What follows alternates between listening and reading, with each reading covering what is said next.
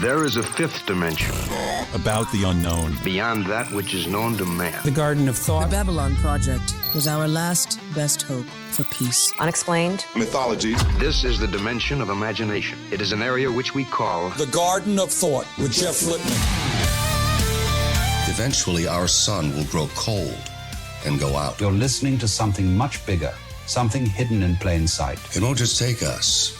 It'll take Marilyn Monroe and Lao Tzu and Einstein. All of this was for nothing unless we go to the stars. What you're about to learn will completely change the way you experience your mind, your thoughts, and yourself. Let's make sure that history never forgets the name.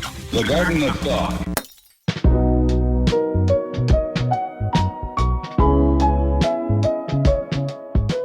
Welcome, everyone, to the Gospel of Thomas. But this week, again, it's not the Gospel of Thomas, because the Gospel of Thomas, Mr. Thomas is, well, he's gospeling down in Sudamericano. He is living his best life like Thomas can. And as promised, guest co-hosts. So on the heels of the Prophecies of Pacifica, we've got the Chronicles of KWON. Somebody with a grudge, with a valid grievance. Vacant isn't even coming after you. They are not recognizing you as the sitting, standing, undisputed, defending MLW middleweight champion. What's up with that, man? Well, that's the whole reason why I took. That's the whole reason why I took it. That's how it has to be. You got to take it. I've seen it. He's carried it in gas stations. I've seen it everywhere. Yeah, it's been we've crossed. Yeah, we've walked across multiple states with this thing and try to find our way. Yeah, that commerce. And that voice, who is that voice that was vouching for saying him? It is BRG. You probably remember from MLW, a friend of Thomas's and Kwan's from work. You probably have seen him recently. He's worked with TNA. He's worked with I think NWA. Yeah. He's doing everything, and he's working with a giant, which leads me to believe that him and EC3 are heading for a feud, because he's got his giant too, and you've got your giant. So anyway, it is the notorious B.I.G. Brett Ryan Gosselin. How are you, man? I'm living the dream. It's good to see Mr. KWON again. It's my roommate. I know, literally former roommates. This is like a little reunion for us. So what a better way to have a reunion than having it recorded and having a spark causing mayhem. All the things that I want to catch up with you with, that we just have a big nice red button to let us know. So good. I think we have a starting point, fellas. So how did you come about rooming together? Where? MLW always roomed us together in the hotels. Yeah. When I first got there, they were trying to room me with Teddy Hart all the time. Yeah. And, obviously that was the rib. That was the rib because I was the new guy. So that was the rib, and it worked out for me because he was never there. So I got my room to myself. Then you started to get a little more leeway where I kind of had it only to myself. And then recently when I came back, it's kind of like the new guy again. And BRG was nice enough to not request a single room when they found out there was a roommate, because sometimes that can suck. Yeah. But it was always fun. And we have our little Northeast clique at the time that we had. It was like me, him, Delmy, Janai. We hung out. It was good. No, it was a good time. It made us feel like a lot more at home, and that we were doing the right thing, especially when you're around all these like stars. It's good to know that like you have people to lean on to be like, all right, well, how do we get to that next step? So stuff. Yeah, I'm about to queue up Leave the Memories Alone. I'm just gonna play in the background while we're talking. Yeah. It's like, oh, I'm getting a little sentimental over this. It's kind of cute. Oh man, what a good. Oh, those were such good times. But let's go into the main thing that I got to bring up. This man with Taco Bell. Oh yeah, is a menace. Like I get like a nice, like just like maybe one combo meal. This guy will scroll through, I shit you not, 30 minutes on Uber Eats. He's looking through, and the common phrase he keeps saying is, oh, well, I mean, like, this is buy one, get one free. I might as well get it.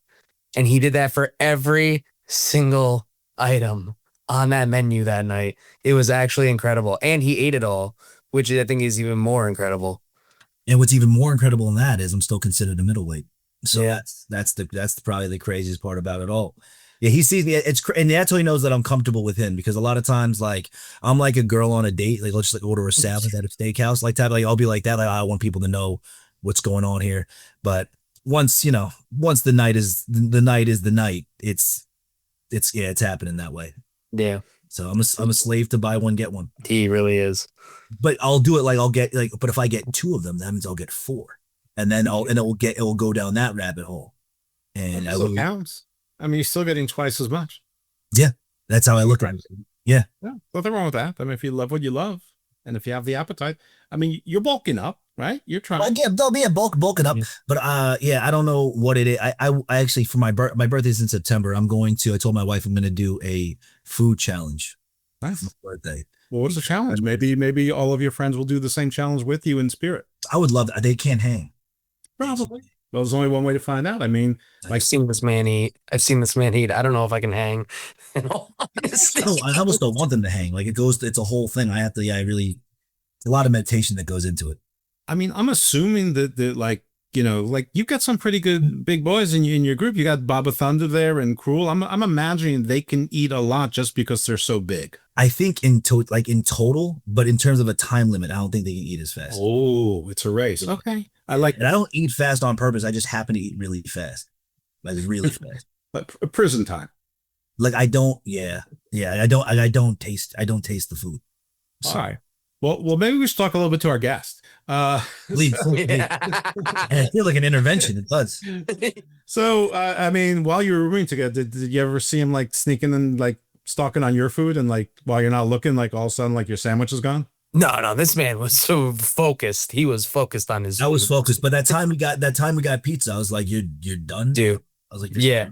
I was like, "Cause I'm like over here like trying to watch my figure, and we got like a Chicago style pizza when we did the last my last MLW show, and it was like we got like this giant Chicago style pizza, and I maybe had like 2 pieces, and then he just looked at me like, "You're done." You're done though. You're good. I'm like, yeah. Like, we on top of just this pizza, which is extremely cheesy, we also got like mozzarella triangles. So like there was a lot of cheese devoured that night, and I was like, I can't go on.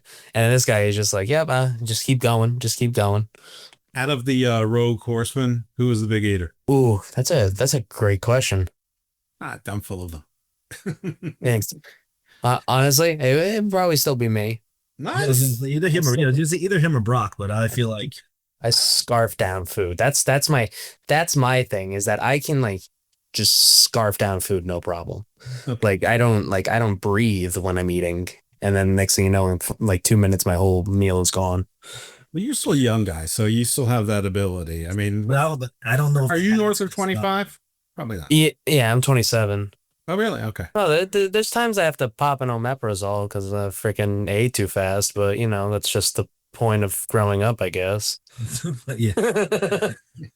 It's not the point of growing up, it's just a side effect of growing. Yeah, that's the better way to describe it. Until you turn 40 and then 50. All right. Anyway, you guys enjoy until then. Yeah. Are you like a married guy? Do you have a baby like KWON? Or are you still enjoying the single life? I'm very much enjoying the single life now. He's killing it. Yeah. Killing it. Yep. All right. I just got this dog. I just got my 10-year-old dog on my lap right now. That's great. I have it. Well, let's see if I can. I have a dog sitting over here too. I don't even know if it's even gonna. I don't think he's gonna fit in the camera. I was gonna say your dog is ginormous. Well, Senora Dos just snuck in the room and kidnapped my turtle and took her out of the room because apparently it's the turtle's bedtime. Uh-oh. Like the turtle cares. I mean, come on. All right. So, BRG, yes, we use wrestling as a crutch and an icebreaker, but I am actually truly interested. Like, we were Alex Kane's first interview post free agency because him and Thomas are like best buds, and I was practically, to keep the turtle thing going, shell shocked at how little direction or how little motion had been there for him. It's like he had to try to figure this out more or less on his own. And I'm sure I see him getting bookings. I'm sure he's killing it now. But in that moment, he's like, yeah, phone's not really ringing that much. And, he said it on the air. I'm not spilling any laundry. So how was your experience? I mean, it seems like you've been, he wasn't doing TNA, Ring of Honor, and NWA within the first couple of months. I'm sure he will, but like, what was your experience? Where was the phone ringing for you? Do you have an agent? Were you calling them just lucky? What? It's just so this is kind of just how I was when I first started wrestling in general. So like I see one door close, I just immediately go for the next door that is like a little bit open. So just some backstory, it's like 3 weeks before that I had wrestled Dante Casanova, who is the NWA Midwest champ, and we wrestled that night, and he's like, yeah, just when your contract's up, let me know, maybe we can do this in NWA. And so like the day that I got released, I literally hit him up and I was like, hey, I'm going to take you up on your offer. What do I got to do? And he's like, go do this tryout that they're having in August and you can hopefully get on. And EC3 ended up picking me for that spot on the NWA Exodus show for the main event. So I just went there. I showed out. I stood out amongst 40 other people and I got the spot in the main event. So there was that. CW got me in touch with Tommy Dreamer, who I've wrestled twice in the past that day. And Dreamer said, come on down to TNA when we're in Rhode Island. I went. Tommy had a spot for me. And I got to wrestle that night against Northern Armory with Jake Painter as my tag team partner. So it's just who I am. Every time that there is any sort of like failure, I look at it as an opportunity to do something else. I set a goal for myself the moment that happened where I was like, I'm going to make a post at the end of the summer where I can say that I wrestled for 3 major wrestling organizations in the span of 3 months. And I went ahead and did that. Excellent. No, well, congratulations. It's off to a great start. I mean, what can you say?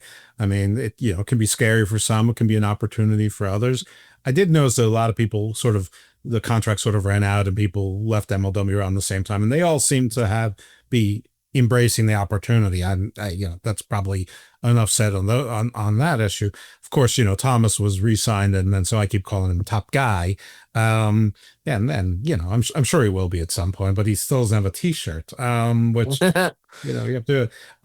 Actually, this is gonna sound weird, but I like him better this way without the bleached blonde hair. I think you look better. You actually are some kid. So I was to be like fairly, no, it's not straightforward, but they didn't say, but they also kind of like hinted like, hey, don't change up your appearance too much. So like I was keeping my blonde hair for a minute. Yeah. Just because like I didn't want to ruffle any feathers and change my hair because again, they hinted at it. So the moment that I got released, I was like, okay. I messaged my hairstylist and I was like, hey, like I'm going back to brown as soon as I come in 2 weeks. So again, like the moment that something happens, I just go like balls to the wall, just like, okay, what can I do right now to change everything up? Like I had a whole entrance jacket that I spent $850 on. I wasn't just gonna get rid of that just because it had a Rogue Horseman logo on the back. Oh, yeah. So I went and had a new logo put on the back. And I looked out. All it took me was doing a booking for another promoter. Nice. So I see you wearing a Camp Crystal Lake shirt there. Are you a horror fan? Oh yeah, absolutely. I love the Friday the 13th movies. I'm mostly like a big fan of like the slasher movies, so those are always fun for me. Supernatural is okay. Funny enough, I'm actually in my shoot job. I'm doing a job over in Harrisville, Rhode Island, which is where the Conjuring house is. Okay. Yeah. So, dude, The Last Conjuring allegedly is coming out soon. Of modern slashers, what's like your top 5 of like modern slashers, meaning like the last 15 years? Oh, geez. He knows too. I'm looking at his shirt now. I just realized. I don't. Honestly, you're putting me on the spot. So like, I'm not like. Here's the thing. I'm like more of a fan of like the older slasher movies. I just love the 80s slasher movies. Like I'll tell you right now, like my favorite guilty pleasure movie to watch is Jason X. Okay. It's just so stupid. Like my favorite part about that whole movie is that the two teens are going at it, and the one girl moans, and Jason just rises up like, "Oh no, there's gonna be no sexual intercourse on this freaking starship." Oh, so good. That movie makes me laugh. I love showing it to my friends who always get a good kick out of it. There's always a couple scenes. For those who have seen the movie, the "You Passed" scene is always one that gets people. It's such a fun movie. Yeah, Jason in Space and Jason in New York were like they were good comedies. 100%. I never see movies like that. Did you see those? I mean, like my wife loves horror movies, so I watch them with her. But like, I never saw like the Terrifier series like that. Oh yeah, those are great. Are they good? Yeah, I heard like I'm a sicko, so like I love like gore, like good stuff that's actually gonna like make me be like, oh my god, because like I got a very like I'm not sensitive to much on screen, so when you won't watch tell those anybody. movies, That's why, when you watch those movies, you're like, holy shit, like that's a lot. I still got to see the third one though. That's on my list. Did you see Thanksgiving? I have not seen Thanksgiving. That was a proper 80s style slasher movie. Okay. For a modern movie. I mean, it doesn't actually make any sense in the end, but really, is that the point? No. I've seen a movie called Rubber, which is about it's a tire that kills people. Oh, I thought that was a fake trailer. That's mad funny. No, it's a real movie. It's a real movie. They did Winnie the Pooh in a slasher. Oh yeah, they did that. I heard that was terrible though. The first one was terrible. The second one, I'm not saying it's great, but the second one isn't bad. It's like if you're old and you got nothing to do, it's not a terrible 90 minutes. The first one is. Don't watch the first one. Yeah, no. It's unbelievable they made two. That's the. I haven't seen Popeye the Slayer Man yet. I didn't see. I saw that trailer as well. That might have to be seen. I will say the first of the new Halloween movies was pretty awesome, and then they that was I did like that. They ruined it with those next two movies. I just pretend like those movies didn't happen. Like I did not understand the point of the third movie of the new trilogy. It was atrocious. It was some okay gore, but the movie itself was terrible. I'm a Real Housewives of Beverly Hills fan, so I was there, seeing Kyle Richards in a movie. Oh yeah, she's in that. That's always good. But the scene when he was killing the firefighters, that was pretty cool, but it was all from this perspective. So like, I wanted to see the gore there also. So I wish they toggled back and forth, but it is what it was. I actually thought that the remake of the Texas Chainsaw Massacre was actually better and gorier than the Halloween movie that came around the same time. Yeah. I still have to see that one too. I have so many movies that are on like my list that I just keep putting off, like classic ADHD. I'm like, I have to watch all these movies, and then I end up just turning on wrestling. Well, that's stunning. I mean, you watch a film. I want to watch wrestling shows like Heels. I want to start that one. That's a good one. What about Unreal? Did you watch Unreal? I did watch Unreal. Yeah, I did watch Unreal. I didn't have. What are your guys' thoughts on it? I didn't watch a single second, but I think it's very much it's always going to be controversial, just because like people are like, oh, why is everything going in? Like, why are we showing everything about pro wrestling and showing all the secrets and everything? And I'm like, the internet's been doing that for years. Like, it's fine if WWE wants to do that, because at the end of the day, they're showing that this pro wrestling stuff that people don't take seriously actually has a lot of time and effort put into it, which I'd rather people see how seriously it's taken versus what their preconceived notions are. Yeah. I mean, for me, I look at it both ways. I feel like the fact that like I wrestle, it's something where if that's a place that I want to be able to work at, being able to learn as much as I can about what their formula is like cool for me. It's almost like letting me be a fly on the wall. So I look at that kind of differently. It's almost like studying tape.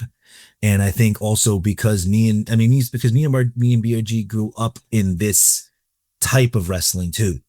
So like a lot of times, like I'll talk about, taking someone's head off, and then the next post is my daughter. And it's like, part of it is because it kills kayfabe in a way, but it's also the fans want to see that too. They want to know everything. They want to know the whole process. They want so it's a weird game. So it's so regular to us too, because we're our lives are unreal in that way of it. Like they see all of it, and anytime that we get a chance, I know BRG does it. We defend wrestling through. Sometimes we work our friends, but it's also the reality of like letting them know what it is. And it's not only just to get the pop from them because like, well, we like fucking with them, but it's like they'll tell that to the next person. Oh, my friend does. Oh, hey, my friend was on TNA last night. Oh, my friend wrestled. Like, and like, oh, that fake shit. Like, no. And even that bridge of like teaching them that, and then maybe they'll stumble across Unreal. And then the same thing, like he said, is like, oh no, this is like real production. This is real. All of this is real. So my old supervisor from work that I still talk to, he literally he did not like wrestling. He used to come to my shows occasionally when I lived in Connecticut. And then when I moved out back to Rhode Island, he just texted me out of the blue one day and he's like, yo, I just got really into WWE out of the blue. Like, I'm going to Raw next week. I'm like, what? He's like, yeah, I got my wife into it too. And so like, I'm like, he'll text me about wrestlers and I'll just like give him the backstory and everything. He's like, Sami Zayn's so good. I'm like, well, you should look up El Generico. Yeah. Hey, maybe watch me sometime. I understand the criticism with people with Unreal, but I also think that it's a little bit performative. I mean, Tough Enough's been on for 20 years, and it was Wrestling with Shadows was before that. So, the Young Bucks did Kill in the Business. I mean, it's not, it's just, I think it's reflexive, outrage. And at the same time too, I think this is also like the next level of what a work is. Yeah. Too. Like, I don't even know about the cross, but that's the thing I'm thinking of. Yeah. I mean, until today, until he actually took a booking, I was 50-50 that the thing with Cross was a work. And the only thing that like was telling me it wasn't, it's like, he really wasn't positioned that high up on the card. But at the same time, that's like the perfect person to do it with, because it's low risk, if people are outraged one way or the other, he wasn't really positioned very high. Now, I'm a big fan. I've always been a big fan of Cross. So I'm, whatever it is, I'm excited. I mean, I go back to Lucha Underground with him, but but I actually want to ask you, because in that vein, do you guys watch or follow Evolve or LFG? Because I mean, to me, those are more. I mean, having admitted I don't watch Unreal, I really have to compare it to, but I think that LFG and Evolve probably shows you a little more LFG. I didn't even. It's the first question. Do you watch it? I follow Evolve very loosely because I'm friends with pretty much like Bryce Donovan, Jackson Drake, Swipe Right, Gall, Aaron Rourke. Like a lot of the people in the ID program are from the Northeast. So like that's really the only times that I really like catch shit, is that when they're posting stuff on their social media and everything. Yeah. So I watch Evolve. I also do, as far as I know, I do the only podcast dedicated to one for Evolve, one for LFG. LFG is on the Wrestling Soup Big Boy, the Prime feed, and my co-host is Lufisto. So that show's doing very well. It has zero to do with me. Obviously, it's because of Lufisto because it's on the Wrestling Soup feed. The Evolve show is also on Wrestling Soup, but it's like on the kiddie table feed. It's called Wrestling Soup and Friendos, and nobody knows it exists. But I really enjoy the Evolve, and I had a feeling that one of you guys or both of you would know a lot of people from that show, because how could you not? And so you've got to be rooting for them, but they also, it's such an interesting mix because you have the NIL people in there as well. And it's just such an interesting mix. You can see the difference in styles and whatnot, and how it blends. And I don't know. I actually love watching the evolution, the Evolve, the LFGs and the NXTs, and even mixing with AAA and TNA, like to me, and see Natty go to Bloodsport and NW, like to me, all of that is more interesting most of the time than the main roster. But I've been watching wrestling, like I'm 57, so I've been watching wrestling, I don't know, 52 years, 53 years, whatever it is, at some point regularly. So I've seen, it's all reruns, it's all reruns like 22 times at this point. So this part is new. So I sort of like the turning back of the page and watching it, sort of as a smart mark. I'm a mark. I know I'm a mark. I want to be a mark. I'm a proud mark, which means I'm a customer. But the show's not about me. Who cares about me? So Bryce Donovan. Okay. Who goes to a pay-per-view by accident and doesn't know it? I'll give you a guess. 2 thumbs and my head is in between it. This guy. So TNA is in Baltimore for 2 days. I just figure it's 2 days of TV tapings. I buy for Friday night because I'm not buying Saturday night because Triple Mania is on. I want to watch that. It's Emergence. It's the paper. I'm wondering, why am I paying $140 for TNA TV taping tickets? I'm like, whatever, they're in town. I'll just do it. It's good seats. And I'm like, these are great matches. And then it's like the title matches. I'm like, we're getting Moose and Trick Williams tonight. I thought they'd hold that till tomorrow. It's like, it took me until the main event to realize I'm at the pay-per-view. I mean, so smart Mark, no, dumb Mark. But what a fun thing. But the point of this whole segue is that Mustafa Ali has this posse with him. He's doing this like president thing, which is great. Tasha Steeles is great. He's got Hotch and Skylar in it, who I sponsored for like $100 at a wrestling event in middle of Pennsylvania. So like, he doesn't remember me, but I'll always remember him. Maybe he does, I don't know. But the other guy, they had 4 sort of faceless security guys, then a 5th guy who's taller with his hair pulled up and his facial lens and sunglasses, and it looked like Bryce Donovan. But it can't be Bryce Donovan. But is it Bryce Donovan? It's not Bryce Donovan. No, it's not. Who is it? No idea. All right. All of that for knowing. Obviously we'll find out soon enough. Yeah. As the case may be. All right. You're a Rhode Island guy. Born and bred? Yes, sir. Did you ever beat up Big Trouble Ben Bishop? No, but me and Ben Bishop. So we're from the 2 small towns in Rhode Island that have to interconnect for a high school because they're so small. Mm-hmm. So he's from Exeter. I'm from West Greenwich. The high school, even though I didn't go to it, is Exeter, West Greenwich. My uncle owns a restaurant in West Greenwich.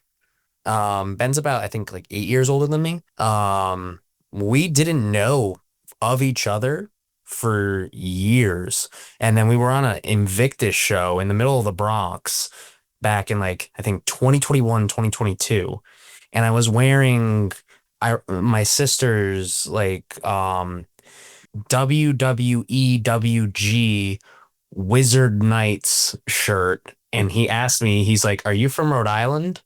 I'm like, "I am." He's like, "Oh, I am too. I'm from Exeter." I'm like, "I'm from West Greenwich." He's like, I'm like, "Do you know Dan's place?" He's like, "Yeah." I'm like, "That's my uncle." He's like, "Oh, I used to be a bouncer at Cornerstone Pub." I'm like, "No freaking shit." They're literally like, they're my right. uncle's rival in all honesty. But so a little bit about that shirt in general.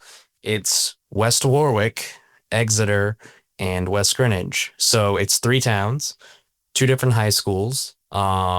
And the reason it's 2 different high schools is because the hockey teams were so small that they had to merge the 2 hockey teams to make a full team. Absolutely. Don't tell me that in the 3rd town, that's where Vincent, Vinny Masaglia is from. Oh, yeah. Vinny, I live in West Warwick now. I grew up in West Greenwich. So Vinny is from Warwick. That's bizarre. The 3 little towns, each produced a professional wrestler. That is so. Yeah, it's the wrestling triangle. It's the new wrestling triangle. That's what we're gonna have to. It's pretty cool. I mean, like when I trained with Vinny, the school is 3 minutes from my house. That is awesome. Is Gosselin your real last name? Yes. What's it? Is it literally like the Dutch version of Gosselin or something like that? What's it mean? So it's just a different spelling.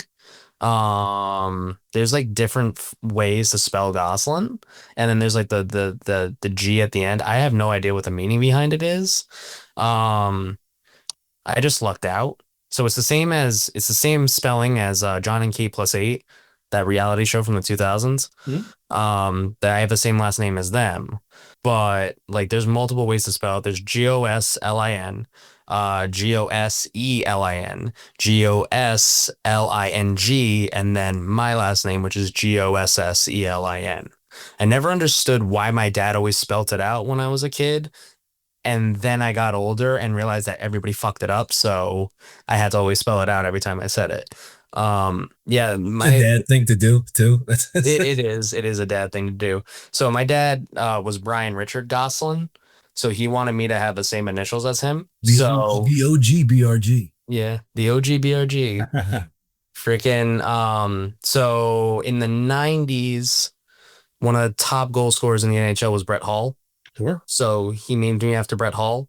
He chose Ryan for my middle name. Well, my parents both agreed to this. I act like my dad is the only one that decided this, but and then yeah, I mean Ryan Gosselin wasn't a huge thing then. So That's so not until, yeah. not until 2004. And so like when I started wrestling, I thought that Brett Gosselin was like not a good wrestling name.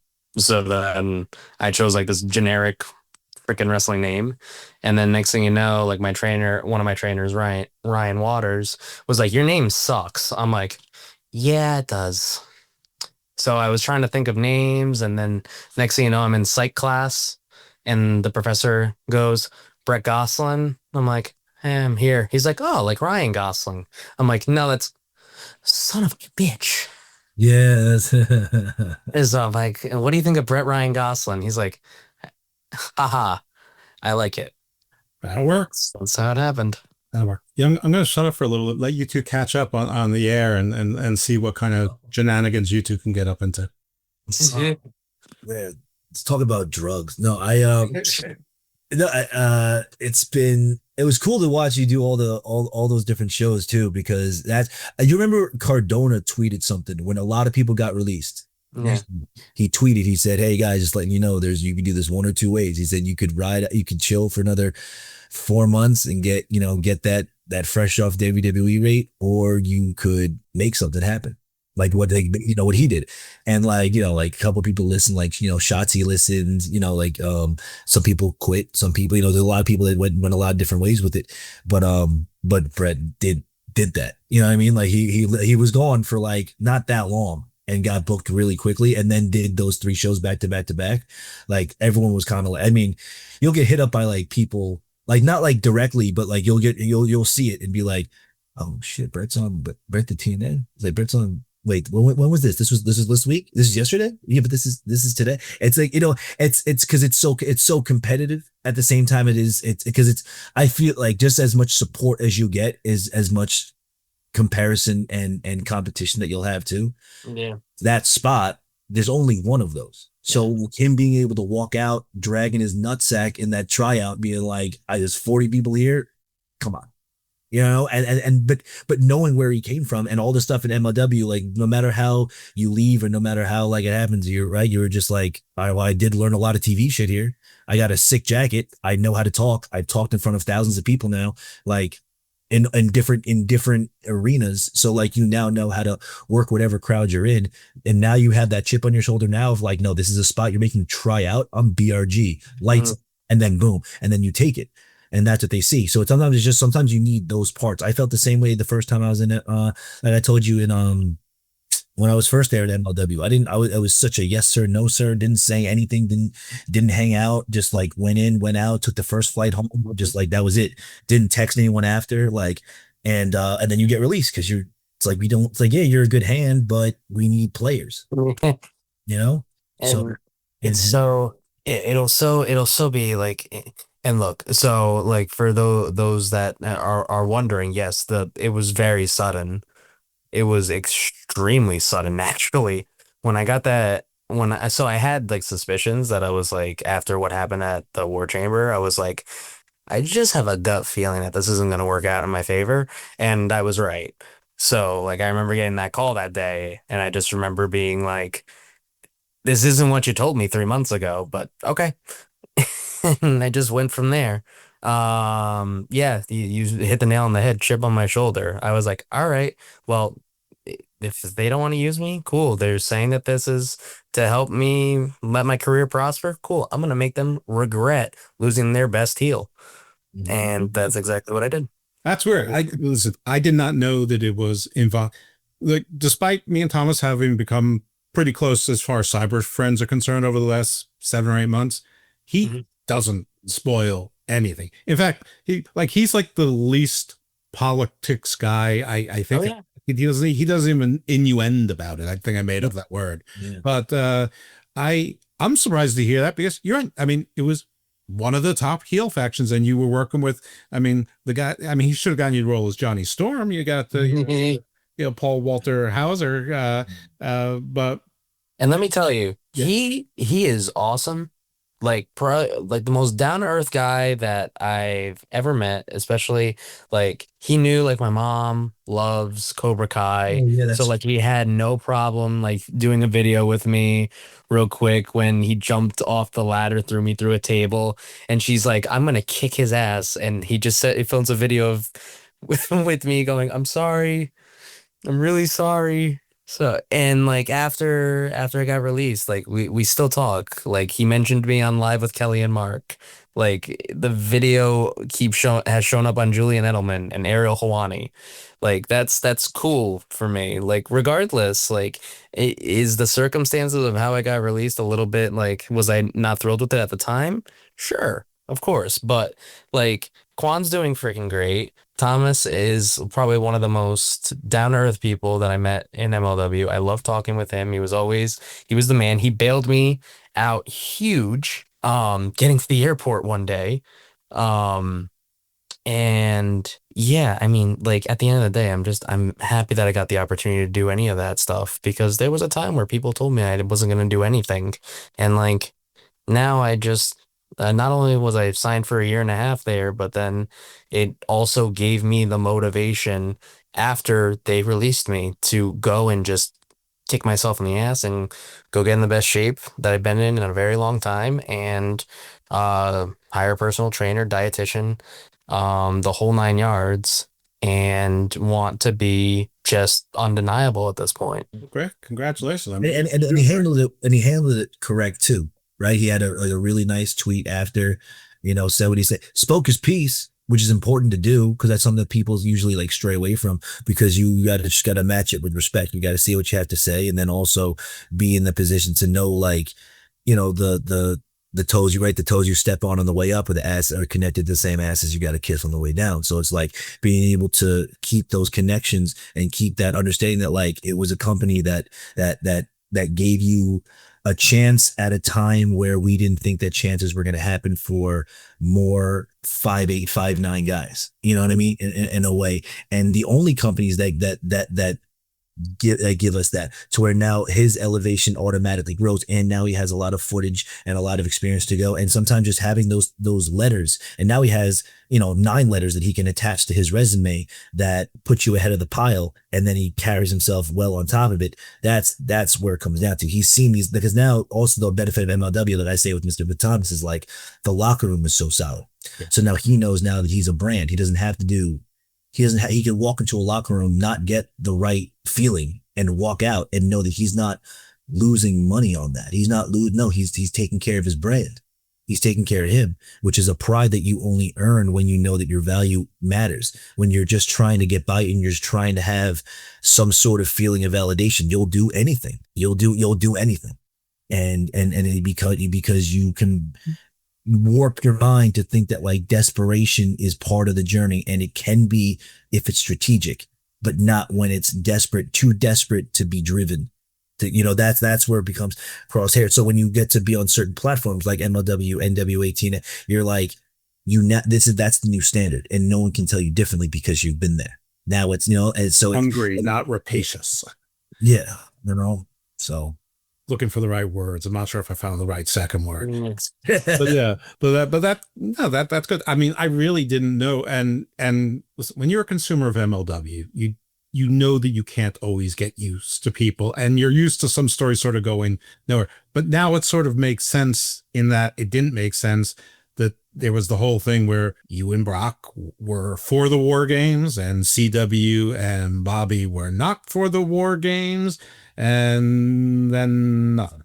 So, so I don't even want to ask about, Bellamy and Janai and then the others, and sort of, I just figured everyone's contract ran out at the same time because everybody wrote such professional tweets. Even if I read something in it, I just figured that there was a little character in there too. So, I mean, everybody, sort of learn the lessons, maybe from the mistakes that, some of the former WWE people made when AEW first started, and they all like, we just got out of jail. And then all of a sudden it's like, by the 11th one of them, it's like, I just got out of jail. It's like, all right, come up with something new. But everyone really came off so professional, or at least the 4 or 5 that I saw. And so I just figured it was, copacetic. Anyway, it's onward and upward. What do you got cooking next? I have American Rana next week for Beyond Wrestling, which is the first time that I've ever done their like big WrestleMania show, and it's going to be in Rhode Island. Cool. I mean, the thing that I've loved since my release is the fact that I've really gotten to do a lot of fun stuff at Wrestling Open Rhode Island. Like, that has been my favorite company that I've been working for a minute now, just because it's such a beautiful venue.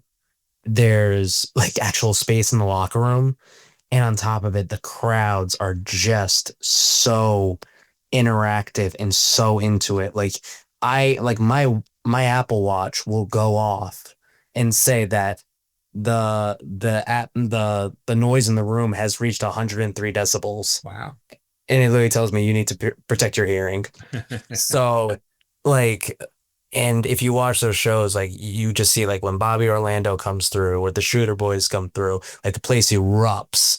And when I come through, it's like everyone freaking boos the shit out of me. And it's like the fans, like, have signs that they make, and they're creative. Like, one was of me and my 8x10 that says as FBI most wanted, and I was like, that could be bad. And then I read the bottom and it said for being the worst. And so they give you so much to work with too. Like, they started chanting the worst, the worst, the worst. So I just started saying I'm the best, the best, the best. Of course. Just keep going. Like, they give you material to work with, and everything feels organic. And the more and more the weeks go on, like, I get to add more. I get to do more promo work now. I still get to use that cool jacket. I have Ox Adams in my corner, which is like the first time that I've ever had like a monster backing me up. So that's like a new thing that I get to explore now. And like, even in 12 years of wrestling, it's so surprising that I still haven't done anything along those lines, but it's cool. And then I'm being at American Rana next week is going to be awesome, even though technically I wasn't announced yet. So we'll play this on the down low. I may be at American Rana. Well, this probably won't be published for a week or 10 days. So. Okay, sick. So I was at American Rana. Awesome. So American Rana was great. Thank you for coming out. He said, thanks for coming out. I did great. So yeah, Ox Adams, that was my next question. Like, where'd you find him, or did they decide we've got this heel guy, we've got this natural bad guy, and we've got this giant, let's put them together? Yeah, that was pretty much it. It was Ox was kind of directionless. Like, he was doing matches week by week, and he was feuding with Love Doug and TJ Crawford. And at that point, like, it's not that I was like directionless, but like, I was just kind of like going from like small feud to small feud. There was only like long term yet. And then like, I just got a message out of the blue, and it was like, I'm going to pair you with Ox Adams. Because I think it's the perfect mix of a guy that wants to hide behind an absolute monster. And I love that. The more that I can come across like an absolute piece of shit that lets everybody else do his dirty work, gladly will do it. Yeah. Somebody book Microman and Omos versus BRG and Ox Adams, you cowards. That'd be incredible, actually. That would be incredible. All right, that's great. I mean, when you say Ox Adams was directionless, like, if you don't know how to book a guy who's like 6'10", 300 and something pounds, I mean, that should be like the easiest thing in the world. Hi, Tony Khan. Anyway, listen, Rhode Island, Massachusetts, New England. I'm a New York guy, so I summered in New England. That sounds so snooty. I think that my parents did love me. They shipped me away to camp, like they're supposed to. And we loved it. Every ghost story I know is from New England. So you have any ghost stories like from your hometown, any paranormal, any UFO, any spooky things that you experienced, or just that were like the opposite urban legends? So obviously, like, The Conjuring is the big one, but like, there is a guy that goes to my uncle's restaurant. He's a friend with my uncle. That's his aunt. the family. He's part of the family that was in the Conjuring house. So that's really like that's like my main claim right there. I mean, you just go to Harrisville in general, and there's just like that kind of like spooky feeling to it. Like there's just that ominous feeling to it. And I've been going every day because I have this again shoot job. It involves me in a project there, so I've been going every day, and it's just like there is like a tense feeling to it. It's mostly like New England very much embraces the fall more than any other area in the country, so it gets to be probably the most fun time of the year here in New England is when it gets all like spooky and paranormal and all that stuff. So I mean, Salem here. yeah, everybody embraces the the creepy, the paranormal stuff here in New England. It's great. That's probably why I love horror movies so much. Sleepy Hollow. You ever go to the Wooden Henge it's in Massachusetts? I have not. I have not. Now you're giving me more ideas. All right. You're giving me a lot of good ideas on this podcast. I'm glad I came. I'm glad you did good. I'm glad you felt like good ideas. I'm sorry, Kiro. I keep stepping over you. No. I like learning about this stuff. This is what I like. I said good, just handsome conversation. This is all I want. I can go for I can go. I know you can. But you can go forever too. That's the thing. I know. It's like we're excellent co-hosts, but we're like the worst co-hosts because both of us can just like talk for like we should both run for Congress and maybe do filibusters. That's exactly 100%. You could go on like those Jubilee debates. Yeah. Which are a debate about the Book of Jubilees. I mean, not that. So it'd be just like us versus 100 people who can't sleep and just gonna see like what happens. Yeah, I would love to do a pro wrestler surrounded by like 20 pro wrestling fans, and just like I would love to just shit on them. Maybe we should do that. That'd be sick. Just do that. It'd be sick, but I would definitely be like, okay, like you're wrong because of this, and this, because that's my thing. For some fans, they just don't know what they're talking about, and that's what angers me. Well, that's what the problem is that schools have to make money, so they're gonna let anyone in. From what I remember hearing stories about back in the day, like sometimes like you had to try out to be in the school. Yeah. So like now it's just like, oh, you're gonna give me how much? Sure. Yeah. And then no effort gets put. But the problem is they don't last. You know they're not going to last. But they learn a little more insight enough to where they become those types of fans. Yeah. And I know how they got that. It's like, no, you don't. And it's been a gratifying feeling. Like I've been training since January now, and I've had like my own crop of kids that I've been helping out. Oh, that's right. Yeah, you're doing you do it with AG, right? No, so I'm up with at Showcase Pro Wrestling, which was my first school up in Woonsocket. Perfect. And Kenny Dykstra is also one of the fans there. Yeah. So it's me, Kenny Dykstra, Sergeant Muldoon, who wrestled for the WWF as like a more lower level guy from like 79 to 83. Guy's got he worked whole with everyone. He was everyone. Yeah. He was like he wrestled Hogan like 3 times, wrestled Piper, wrestled all the greats before they like blew up on WrestleMania. So it's cool. And then like to just see like not only like how some of these kids are growing, but like to see one of my students like AZ be on like Beyond. And like the thing with the school is that not many of the kids like ventured out and did other things outside of that school, which is when I started training there, that was like my main goal, is to help these kids feel comfortable enough to go out and start networking with other places. Yeah. I look at myself as, okay, like I am a vehicle to help them start to venture out. So, and on top of it, it's like I'm having so much fun some days. There's other days where I just want to tear my hair out. Yeah. But like last night was a perfect mix. Like we did promo class where I had them pick a name out of the freaking bag, and it was a mix of students in the class and then like popular fictional and non-fictional characters. So we had Cleveland Brown, Mr. Mackey, Eric Cartman, Donald Trump, Roger the Alien. Like it was cool. And then after that, I had them do a match, and the words, "That was the worst match I've seen in a while," popped out of my mouth. So there's the good mix of it. There's so many kids that have so much potential. So I'm just fun shit. Yeah. it's cool to see some of their growth. It really is. Well, you should actually do that. Like do that as like book yourself to like do like a seminar for fans and tell them how wrong it. You might need to bring Ox Adams with you, just as a little protection. Hey, you'd be surprised. I can handle my own. I've fought people before. Oh, I'm sure but it's just a numbers thing. Yeah, that's true. I mean, I'm sure you can take 10 then, but 20, well, maybe pushing it. Fans, yeah, probably. Yeah, it's even. Listen, you don't want anything to happen to the face. No, that's true. Yeah, I mean, to him it would just be like his rib. So it's there. By the way, while with the thing I was looking up was Jubilee, because I knew Jubilee meant something like besides like a happy time, like it. So two things it means. One is ram's horn, but it actually means 50 years. So when people say we're going to a Jubilee, like in biblical times, whatever that means, Bronze Age to Iron Age, it meant 50 years. That's wild. And now it's just a random YouTube channel.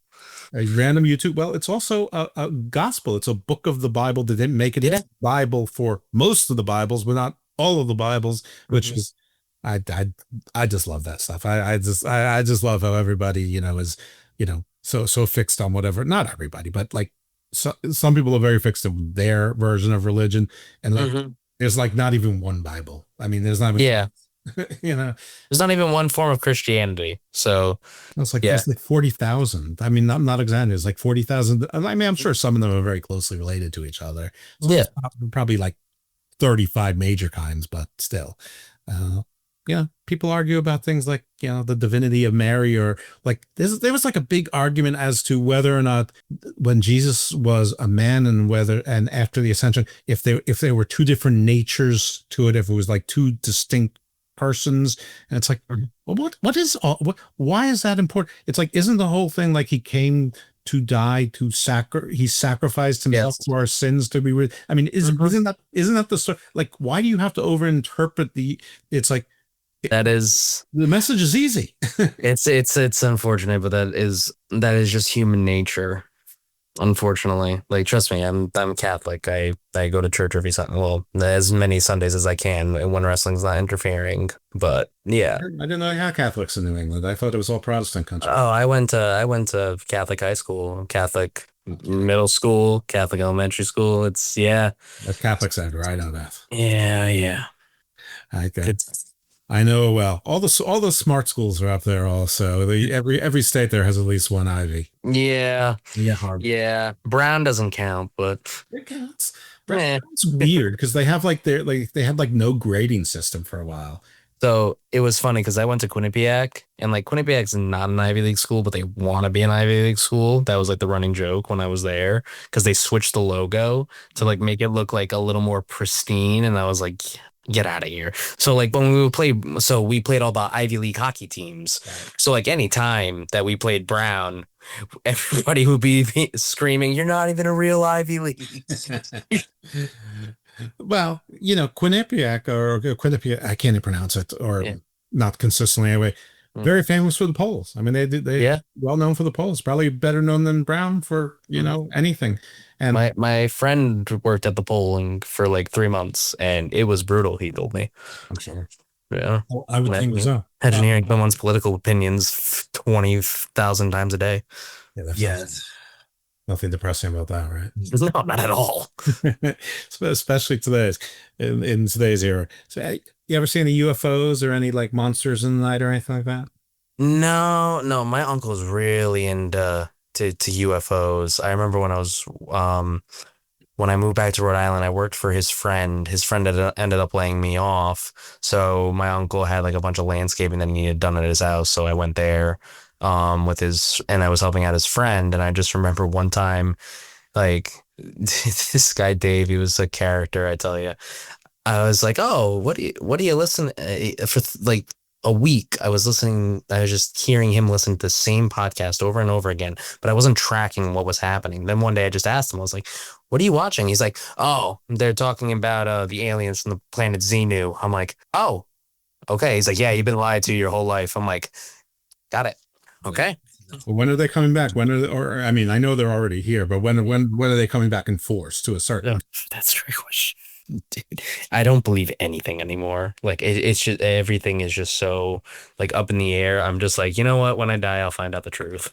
That's it. Well, there's like that Manhattan-sized object that apparently doesn't fly like other space objects, like headed in this direction. And there's the Avi Loeb, the Harvard physicist who's sort of tripped the light fantastic a little bit. He's like pretty sure it's like a military probe. So everyone's like, or he suggests it might be a military probe. He's sort of saying, shouldn't we be cautious in case it is treated like it's such? And of course, everyone's running with Professor Avi Loeb says it's a military probe. But if it is a military probe, like, what are your plans? What are your defense strategy? I mean, I know KWON's got the mist and the Taco Bell. What's your strategy? I got the eye poke and my charming personality. Okay. How many eyes can you poke? I'm pretty good. Like I'm like with him with his kicks, that's me with eye pokes. I'm like, look at that speed right there, just blinding everyone. Yeah. Come at me, Argus. So yeah, all right, that's a pretty good tag team over there between the mist and the kicks and the eye pokes and everything else. And and I guess if nothing else, you just push the big eye at them. Yeah, brutally. On the other way. So that's good. IKURO, what do you got to say? Nothing. I definitely got to get to Rhode Island for your guys wrestling open. It was a great when me and Brett were doing that originally when it was in Massachusetts. It was such a cool platform to just showcase talent. It was like one of the only weekly shows in indie wrestling, and they got so big they got to expand. But that's where some of my favorite matches ever were there. Yeah, and also I would love to do. I remember when you guys gave me the monkey flip into the knee.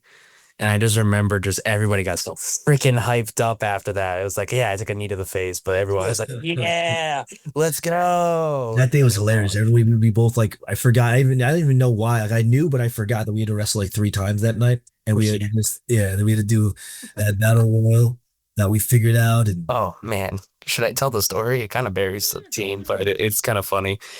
So I don't know if they're gonna watch it, so it's okay. Oh, that's fine. Okay, great. So perfect. So it was you guys, you and Gabe, against me and Stetson, Rip and Perry Von Vicious and the Graysons, right? So the beginning of the night there was a battle royal to see who would just go straight to the finals. Yeah. Other teams would then fight each other for a spot in the finals that night. So me and Stetson won the battle royal. So I am a big match structure guy. So I sat in the back and I started putting the structure together. So then I think it was Gabe and KWON next. They came back. We started talking. Then Perry and Rip were done.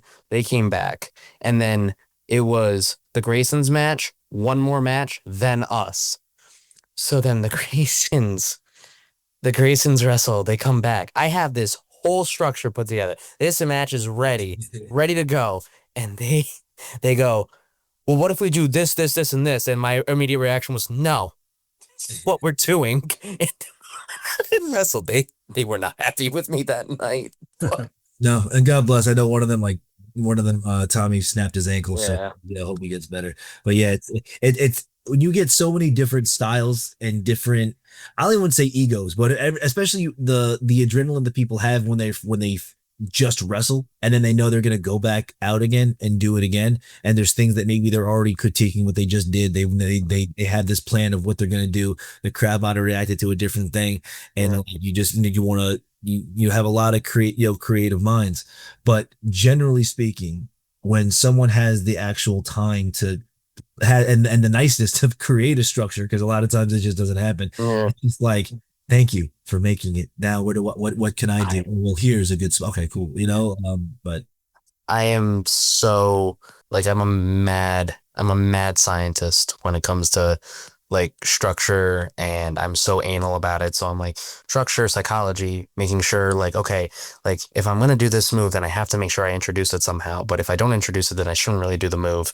It makes no sense to do that. So then these are constant things that are running through my head. Imagine how I am as a trainer when I'm just overly nitpicking everybody's matches just over and over again. Because when you do the training thing, when you teach someone, you end up learning twice. So it's right. So it's like you're telling them something, and then but then your wheels just automatically turn because you're in that mode now. So then you'll just, but to them, right, especially like week 1 or month 3, it's just you're just talking Chinese to them. Yeah. Well, it was the funniest thing too, because like last night, the Sergeant Muldoon hit it over the head. I go on tangents, and sometimes I literally forget to turn to him and be like, "Do you have anything?" So like I went to him last night after like a 5-minute long tangent, and I'm like, "Do you have anything?" He's like, "Well, no, you fucking hit every note in the freaking head. I got nothing." I'm like, "Okay, I just wanted to ask you." He's like, "You just talked for 20 minutes. Yeah. I'm like, "Whoops." And I also forgot too, here with Dijkstra. Dijkstra gave you some of the best advice that I tell people all the time. We wrestled. We wrestled once in like my home fed, but then we wrestled again in MLW. It was Guarini and this guy Douglas James versus me and Simon Gotch versus Spirit Squad. It was him and Mondo, and he told me this advice of like how Ric Flair taught him how to sell when they did that, because I mean I forget how old you were then, but like him and Flair were in like a big feud. You remember like on Raw, like they were. Yeah, it was like it was the mid 2000s, right? Yeah, so I was like 9, so you must have been like 6. Yeah, around there. Yeah, mid 2000s. Yeah, that was like my early adolescence. Yeah. And plus, I didn't start watching wrestling until 2011 when I was 13. Yeah, see, that's so interesting too, because you missed like my favorite, like you missed that Eddie year, that's or even Cena. Hold on a second. He's 27. It's 2025 right now. He was born in 98, 97 at the earliest, possibly 99. So when that feud was happening, he was like 6 years old. Yeah. Yeah, 6 years. Yeah, so yeah, exactly. That's so I just remember, but he was telling like how he does stuff, and I'm sure he still does this, but he'll take a move and he'll sell that for 3 more moves until and he'll sell the other stuff. But the way that he thought about it, and I would watch him do it, and it just made so much sense. And like he remembered, and it made your opponent look better because you registered what it was. They understood where the pain was coming from. They understood all that. That was like one thing that I use still use to this day, but it's an advice that I give everybody. And it's so funny that you're with him, because because again, at this point now, like 2025, he's a very specific person to mention because he doesn't wrestle anymore. So like, in that vein of it, he was really cool. The last memory I have of him was he did a run out spot at like one of the Rumbles, and he like broke his ankle immediately walking out of the, do you remember that? I think so, yeah. I think it was like Edge. I think it was Edge or something. It was a spot with Edge. Yeah. And Kenny was what he was doing backstage. He came out and he just limped immediately. And I was like, he just break his ankle like right away. Like the coolest thing that he ever that I remember from him teaching was he has two gimmicks. So he does Ken Doan, where he's a lot more serious, and then he has Kenny Dykstra, which is Kenny from the Spirit Squad. So he's like very much more outlandish, a little more animated, a little more animated. So he literally showed us like, this is how I take a shoulder tackle as Kenny Dykstra, and this is how I take a shoulder tackle as Kenny from the Spirit Squad. Very different, very, very different. And so that was one of the cool things. I was like, okay, so like how does BRG sell us? Yeah, you start asking yourself that. Yeah, that's the cool inside stuff there, because then you see where their thought process is. And then but remember, like anyone that gives advice in wrestling, it's from someone else. Mm-hmm. And if it's worth telling, it's from someone that matters, right? So it's just like in that trail. So like, yeah, like him telling you advice that, or me advice, that he got from Flair, it's like, then we just got advice from Flair. We just got advice, in a way, right? So that's it. That's awesome. Yeah, that's really cool. I mean, that's a lot of discipline to know what character you're into, and to have your brain tell your body what to do in different ways. Were you a theater kid, an English major? Like, where this thing with structure and arc and character come from, or is it all from wrestling? It's really all from wrestling. My big thing was I was a hockey player growing up. Yeah, we got so that was my big thing. So but I remember in like grade 4, there was like the grade 4 always had like a play every single year. So I remember I went out, it was Peter Pan. I went out to be Captain Hook. I ended up getting Smee but the teachers were literally like, there was 2 great auditions for Captain Hook. It was Brett and this kid Norman, and Norman ended up getting the part, and I ended up getting Smee, and I ended up becoming like so good that I was originally slated to just go out and take a bow with the rest of the pirates who all had like 2 lines, and then they ended up giving me my own like time for me to go and bow and do all that stuff. I don't know what it is, what they call it in theater, but I always had like the acting, like the charisma and everything for wrestling. When I started wrestling, I just kind of winged it. But when I went to college, the perks of college is that I can take acting courses for free, or on, student loans. That's part of what's been paid for. Yeah. I took 3 acting classes, 4 acting classes over the 4 years. One was just like kind of understanding theater and like all that type of stuff. And then on top of it, I took a screenwriting class. So the screenwriting actually taught me a lot about the hero's journey, which is what every single match is structured like. And then like my acting classes very much taught me to be present. My favorite thing that I ever did was a voice and diction class. It helped me very much know how to enunciate and make sure that every single one of my words like comes across properly. And my favorite thing about that whole class was that at the end of the year, she goes, you're going to pick a voice, a famous voice, and you're going to give a report on them, and then you're going to imitate that voice. So I was like, here we go. So next thing you know, I'm in that class. Everybody in there has done like ESPN sports broadcasters. And here I come, freaking imitating the voice of the late, great Macho Man Randy Savage. Oh, And I cut his WrestleMania 3 promo against Ricky the Dragon Steamboat verbatim because I already knew it by heart. I didn't have to learn it for that report. And like, I remember just being done and the jaws that dropped in that class. It was just, I was like, that's great. And then one girl came up to me after, she was like, that was insane. I'm like, I know. It's great though, wasn't it? She's like, it was. That's awesome. And I hear the people in the audience yelling to me, Jeff, please don't tell the Lanny Poffo story again. Okay, I won't. Anyway, from crypto and wrestling, or crypto creatures, you guys are young. I'm old. What the hell is cryptocurrency? I don't know. And I invested in it at one point. You want to ask now what crypto? Oh man. It's funny too. Like I really didn't know much about it. I had friends who got into Bitcoin early. And it was so did I. PJ Black, the original co-host of the show.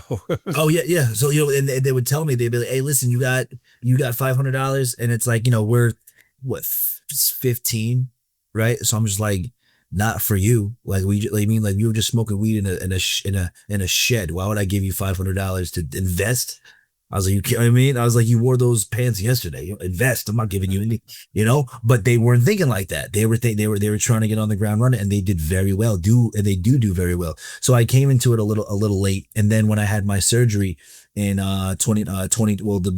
end of 2019, and then like COVID hit, all I had was time. So I just taught myself a little bit about stocks, a little bit about cryptocurrency, and it's just digital currency.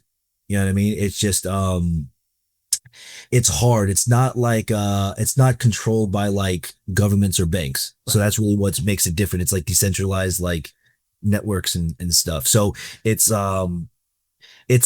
crazy because a lot of countries use it for currency. But there's a thing within there called a crypto wallet, which is where it kind of keeps track of your things. And a lot of people, including myself, are locked out of that crypto wallet. Right. You don't have you have a key. And if you lose your key, you are effed. Yeah. So, and also I haven't done that much research. I'm sure I could find it. There's money sitting there, but either way, like the money that I've played with and set aside and made, like it's all for just the future anyway. So like I watch it, I monitor it, I continue to learn a little bit about it. There was a time where I was like super into it, like in 2021, I was like, that's all I was doing. That I wanted to like open up a class for wrestlers just to teach them, because you don't get paid a lot when you first start out, or even when you're, not substantial amount of money where like you can just not, just quit. You know what I mean? So like, hey, listen, you made 200, cool. What are you gonna do with that? Well, how is that $200 gonna change your life? Do you want to see if you can make it 2,000? That might be, that might be something, and just a way to do that. But it's hard to network with people. And also I feel like my Twitter's invisible. So like me sending that out, no one would say anything. So, so I kind of like, you know what? If you really haven't started trying to do a social media presence until probably with No, I know because I hate social media, but I know that I have to do it. So I was thinking about like hiring somebody to run it, but until then with like the stock and stuff like that, I'll just hit up my friends sometimes. I remember I called Gabe Sky and I told him, I said, like, do you trust me? He was like, yeah. I said, all right, well, you're going to buy Apple stock today. And he said, why? I said, because they had to explain to him why. And I think he has like, I don't know how much he has, but I remember like, he's like, thank you. Cause he has, he made some money on it. So the rumors aren't true. Gabe Sky has not kicked you through the barbershop window because originally this show was supposed to be with Gabe Sky. Now, listen, I am very happy with BRG, ecstatic, really.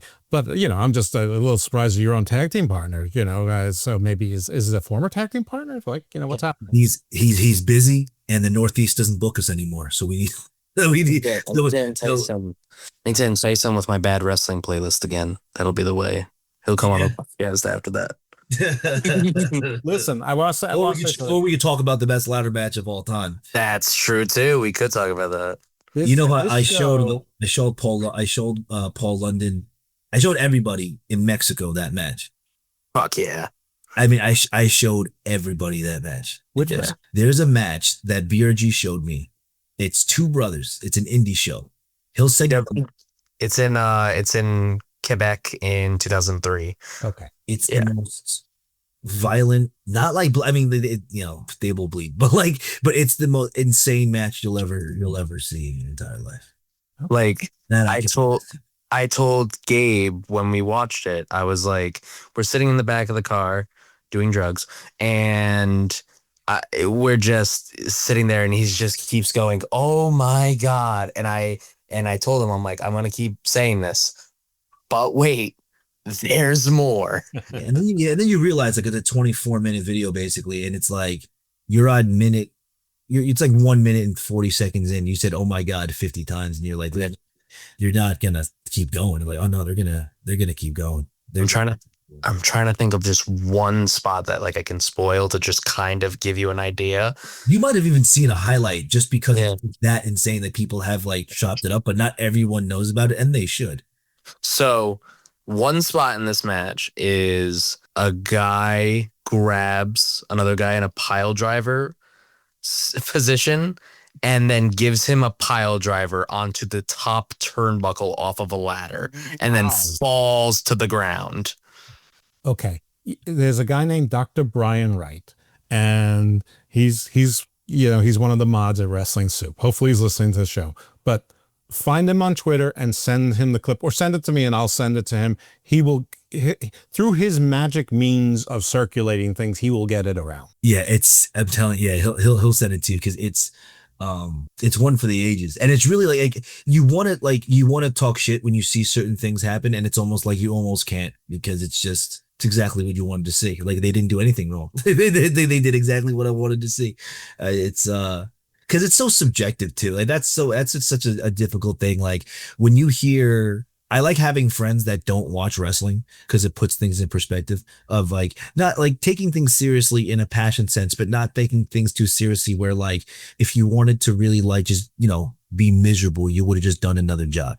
You are fake fighting in other men in underwear. Do not take it that seriously because that's how the world sees it. Yeah. So like chill out and enjoy that you are one of the rare human beings that has said that they wanted to do something and is now doing it. We're just it's like, I don't even say lucky, but I would say like, when you get to do things like be on the platforms that we've been able to be on and will be on, it's like it means that we're doing something right or that we're doing something that we're supposed to do. It didn't happen by accident. I think that's like the best validation for that. That like, I guess as we get older too, it gets better like that. But like, even like meeting you, met you through wrestling. We would never met if I didn't wrestle. Either, you know what I mean? Like that's. I was talking to you. I thought I was talking to me. No, I mean, no, but you know what I mean? Like, and even just connections wise, like Thomas, like all these amazing people that we've met because of wrestling. So and I don't know if there's any other job really that does that. And even other professional sports, not many other professional sports put you across the ring or from whatever, across from someone that you grew up with. This is one of the most longevity sports that there is. Even if they're not in the ring, they still show up. They're still a part of the show. They give back, whatever it is. But you don't get to do that in any other place. And that can and also the acceptance of everybody. And I had a cool way to kind of grow up. In a sense, like especially because everyone has gone through, because people have known each other. We've known people in this for almost 10 years now. 7, 8, it's like a lot of shit happens to people in 7, 8 years. You know what I mean? Divorces, marriages, kids, funerals, like everything in between. And it's a big deal when you get to see some people do really cool stuff, because it doesn't break you down the same way. This industry literally helped me grow up. Yeah. Like I started at 15. My mom was driving me to wrestling practice when I first started. And now like I'm 27 and I get to say I've been in this like more than half, like close to half my life at this point. Yeah. At 27. When I'm 30, I'll be able to say it. It's like half my life I've been a pro wrestler, which is insane to think about because I used to hate it. And then when you're 31, you just say I was been wrestling longer than I wasn't. And that's but the growing up process. I mean, I got arrested my second month in training and was like, all right, I got to focus on wrestling. But it just makes you grow up. It just makes you want more, because then you can you can taste it, but you kind of can though. It's kind of like I can do this. It's right here. Yeah. Like the dream's free. The journey is what costs a lot. So it's just being able to kind of do that. But telling you, Jeff, if me and Brett were 6'5", it'd be a different conversation today. I'll tell you that. I know. Listen, Kane said the same thing. He said, I don't think I check all the boxes. I know what he meant, but I asked him to enumerate it, and I get it. I understand. That's why I'm so confused about Cross, because I mean, literally, if you could build a wrestler, you might end up with that. But anyway, enough about that. Maybe you guys will be doing some work with him in whichever organizations and places you are, which would be really cool. All right. You've given us more than an hour, which is very generous and more than I expected to go. I can go forever. KWON can go forever, but I don't think that's fair to do to you. I know you did it already, but tell the folks, knowing that this probably won't be published for at least a week, maybe 2, where they can find you if you want to be found, followed, and support, how people can find, follow, and support you. Easy way to find me on all social media is Victorious_BRG, Brett Gosselin on Facebook. You'll by this point, American Rana will already be out, so go check out the replay. I'm still not gonna spoil it, but I have a really cool match on American Rana. Like I'm very excited for it, so that'll definitely be a good match to go and watch. I've got a bunch of other appearances coming up soon. October I'll be in Saskatchewan for Reaper Wrestling, which is I'm excited to go back to Canada. Always excited to go back to Canada. I got a fun couple months on the way. Nice. KWON, you? Yeah. After he says all that stuff, now I got to talk about biggest thing I got coming up is September 13th, man. Me and Templario, Dallas, Texas, for the middleweight championship to make it official. I have to win it. Pretty much, I have to win it. So that's what I'm looking forward to, and the leveling up that comes with that. The week after, the 28th, expect the unexpected ETU at Ridgefield Park, New Jersey. There's a group called the Killionaires. They're running their own show. Whatever. They're probably gonna try to set me up with something. So I'll see what it is. I really don't know what it is yet. So I'm gonna have to fight somebody. They ain't that cool. Don't let the Killionaires get on you. I beat Jay Bougie in my debut. That's what I'm saying. We're richer than both of them. I don't understand, but that's right. But we, that's what we got going on. And again, open for bookings, seminars, whatever. If they think I can do one, but they can email me. They can DM me on Twitter and Instagram at @the_IKURO KWON to make something happen. Hopefully, they'll book me with or against BRG, but I would like to see what would happen if we joined forces and how many people would just get so fucked up in so many different ways. And eye pokes and kicks, baby. Eye pokes and kicks. Just embarrassed in the best way is how we want to do it. So make it happen. Maryland Championship Wrestling, Adrenaline Championship Wrestling. You guys work together. You've got a pretty good pipeline with MLW folks and NWA folks. So, and the Indies generally. So make that happen. You got two guys here. Plus, I can, meet them in person. So that'd be fun as well. For me, not for them necessarily, but actually, KWON, we've met in person. So well, that's what I'm saying. But I mean, like, to be able to have I would love to do a live podcast. That'd be cool. Listen, all in the same room, one box. That'd be cool. We'll make it happen. You can't get that with Thomas because he's always. I know. We'll have to figure out a time where Thomas goes to Rhode Island and we can go to his uncle's, the Brett's haunted ass diner. Right. Thomas isn't busy being swiped right or whatever it is that he's doing with himself there. And apparently BRG as well. So yeah, they're two handsome silly guys. What are you going to do? I mean, but yeah, we'll make some time for the old fuddy-duddy married guys. So, all right. Anyway, enough about me. But if you do want to follow me, dose_evil. By now, if you're still listening and you don't know where to find me, I have no idea how you're here. But if you're here by accident and you're a fan of KWONs or BRGs, just Garden of Thought. You get basically 2 or 3 shows a week. One is like this. The other two, I mean, they're all sort of like Joe Rogan, except without the celebrity and the success, but the same kind of variety. And I only talk to people from one sport, and that is wrestling. But as you hear, it's not necessarily limited to wrestling.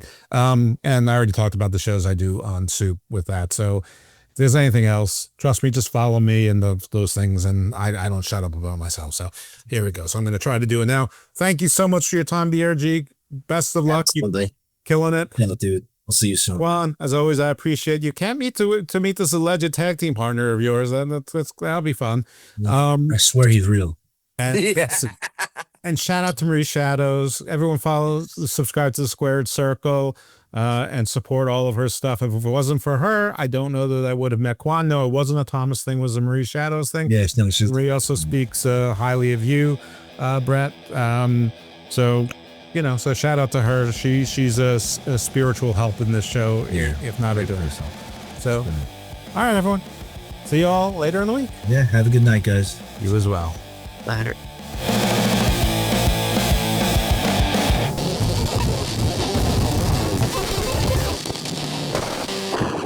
Follow Wrestling Soup on Twitter @WrestlingSoup. Like and subscribe to Wrestling Soup on YouTube, Apple, Amazon, iHeartRadio, Spotify. With Smilser.